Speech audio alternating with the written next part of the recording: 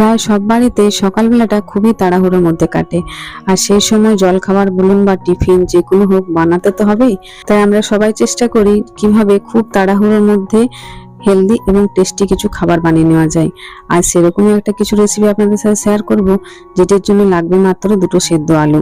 নমস্কার, আমি দেবযানী মণ্ডল, আপনাদের সকলকে দেবযানী রান্নাঘরে স্বাগত জানাই।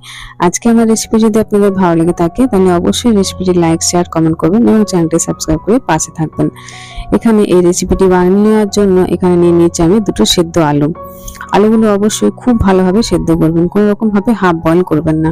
এরপর সেদ্ধ আলু নিয়ে নেওয়ার পর একটা বড় সাইজের বোল নিয়ে নিয়েছি, তারপর একটা গ্রেটার নিয়েছি। গ্রেটারে করে আমি সেদ্ধ আলুগুলো গ্রেট করে নিচ্ছি।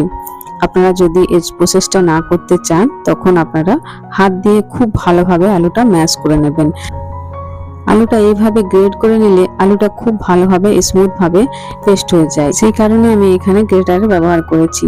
আপনারা চাইলে আপনাদের পছন্দ অনুযায়ী ভাবে আলুটা ম্যাশ করে নেবেন। এবার সমস্ত সেদ্ধ আলু গ্রেট করে নেওয়ার পর এখানে নিয়ে নিয়েছি একটা মিডিয়াম সাইজের গাজর। গাজরটা আমি পুরোটাই দেবো না, অর্ধেকটা দেবো। আপনারা আপনাদের পছন্দ অনুযায়ী কিছু সবজির ব্যবহার এটার মধ্যে করতে পারেন, এর ফলে এটা টেস্টির সাথে সাথে হেলদিও হবে। অনেক সময় বাচ্চারা সবজি খেতে চায় না, সেক্ষেত্রে তাদেরকে এরকম ভাবে আমরা সবজিগুলো খাইয়ে থাকি, তাই না? এরপর দেখুন এখানে ঝালের জন্য নিয়ে নিয়েছি কাঁচা লঙ্কা, আর দিয়ে দিচ্ছি বেশ অনেকটা পরিমাণে কুচনো পেঁয়াজ। আপনারা যদি পেঁয়াজ পছন্দ না করেন বা কোনো নিরামিষ দিনে এটা বানান তাহলে পেঁয়াজটা স্কিপ করতে পারেন, তবে পেঁয়াজটা দিলে একটু টেস্ট এটা বেশি ভালো হবে। এরপর বেশ অনেকটা পরিমাণে পেঁয়াজ দিয়ে দেওয়ার পর এখানে কিছুটা পরিমাণে আদা গ্রেট করে নিচ্ছি। আপনারা চাইলে আদাটা খুব মিহি ভাবে কুচিয়ে এর মধ্যে দিয়ে দিবেন। দেখুন খুব ভালোভাবে আদাটা গ্রেট করে নিচ্ছি। এর মধ্যে কিছুটা আদা গ্রেট করে নেওয়ার পর দিয়ে দিচ্ছি স্বাদ মতো লবণ। এরপর সমস্ত উপকরণ খুব ভালোভাবে মিশিয়ে নিচ্ছি।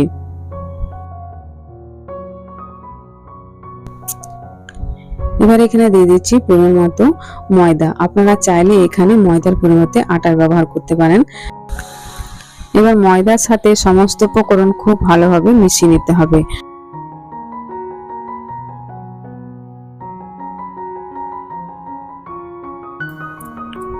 সমস্ত উপকরণ খুব ভালোভাবে মিশিয়ে নেওয়ার পর এখানে পরিমাণ মতো জল দিয়ে দিচ্ছি।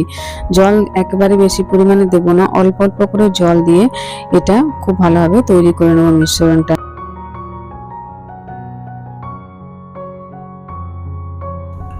কিছুটা পরিমাণে জল দেওয়ার পর আবারও কিছুটা জলের ব্যবহার করে নিচ্ছি।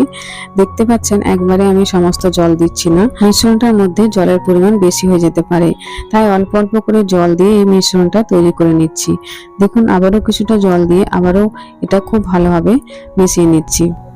চাইলে এই মিশ্রণটার মধ্যে এই মুহূর্তে আপনারা দিয়ে দিতে পারেন কিছু পরিমাণে ক্যাপসিকাম। ক্যাপসিকাম আমার কাছে ছিল না তাই এখানে দেওয়া হলো না, তবে আপনারা এটার মধ্যে কিছু ক্যাপসিকাম দিয়ে দিতে পারেন, টেস্টটা আরেকটু বেশি ভালো হবে। দেখতে পাচ্ছেন ব্যাটারটা আমাদের একেবারে রেডি হয়ে গেছে, খুব সুন্দরভাবে ব্যাটারটা তৈরি হয়ে গেছে। এরকম একটা টেক্সচারে ব্যাটারটা আপনারা তৈরি করে নেবেন।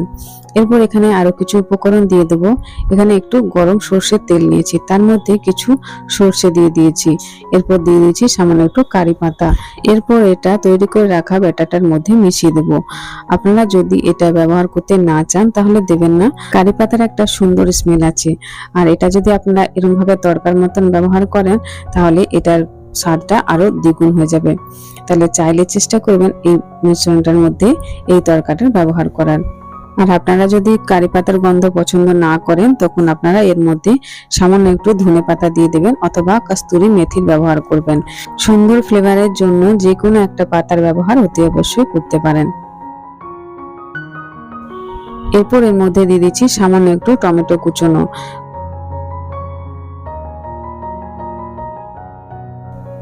টমেটোটা খুব ভালোভাবে সমস্ত উপকরণের সাথে মিশিয়ে নেব।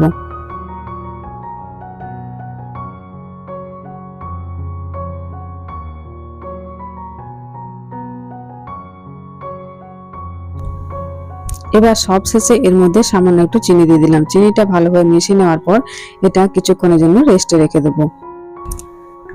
এরপর দেখুন এই ব্যাটারটা আমাদের একেবারে পারফেক্টলি ভাবে রেডি হয়ে গেছে। এরকম ভাবে আপনারা অবশ্যই এই রেসিপিটা একবার ট্রাই করে দেখতে পারেন।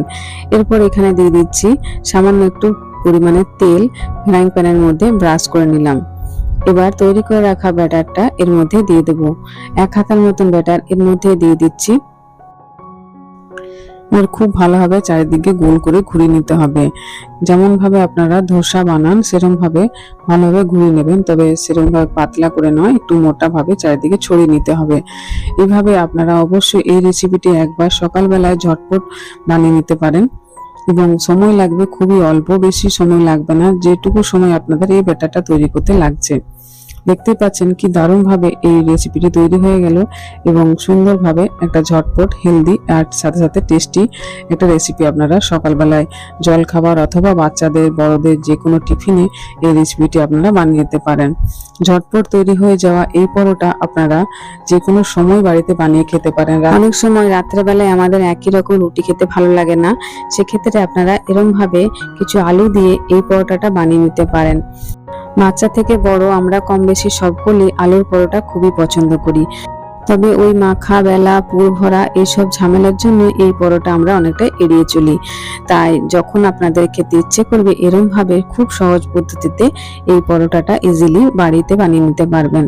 দেখতেই পেলেন কত কম উপকরণ এবং কম সময়ের মধ্যে এই রেসিপিটি বানিয়ে নেওয়া যায়। আমি একই প্রসেসে আরো একটা পরোটা বানিয়ে দেখাচ্ছি। দেখতেই পেলেন ব্যাটারটা দিয়ে দিলাম, তারপর খুব ভালোভাবে গোল করে ছড়িয়ে 1 থেকে 1.5 মিনিটের জন্য এটা ঢাকা দিয়ে রেখে দিয়েছিলাম। একদিকটা সুন্দরভাবে তৈরি হয়ে যাওয়ার পর আবারও অন্য দিকটা উল্টে পরে খুব ভালোভাবে এপিট ওপিট সেঁকে নেব। আর দেখতেই পাচ্ছেন এই রেসিপির মধ্যে তেলটা কত কম লাগছে। একবার মাত্র আমি তেল ব্রাশ করেছিলাম, তার মধ্যে এত সুন্দরভাবে পরোটাগুলো তৈরি হয়ে যাচ্ছে। তাহলে একেবারে কম তেল এবং কম ঝামেলার মধ্যে এই রেসিপিটি অবশ্যই আপনারা সকালবেলা জলখাবার বা রাতের বেলায় এটা বানিয়ে নিতে পারেন। আর এই পরোটাগুলো যখন তৈরি করবেন তখন বুঝবেন কতটা নরম এবং সফট এই পরোটাগুলো তৈরি হয়। বাচ্চা থেকে বড় সবার জন্য এটা একটা পারফেক্ট। আজকের রেসিপি যদি আপনাদের ভালো লেগে থাকে অবশ্যই রেসিপিটি লাইক, শেয়ার, কমেন্ট করবেন এবং চ্যানেলটি সাবস্ক্রাইব করে পাশে থাকবেন। এতক্ষণ আমার সাথে থাকার জন্য ধন্যবাদ। ভালো থাকবেন, দেখা হচ্ছে পরবর্তী নতুন একটা ভিডিওতে।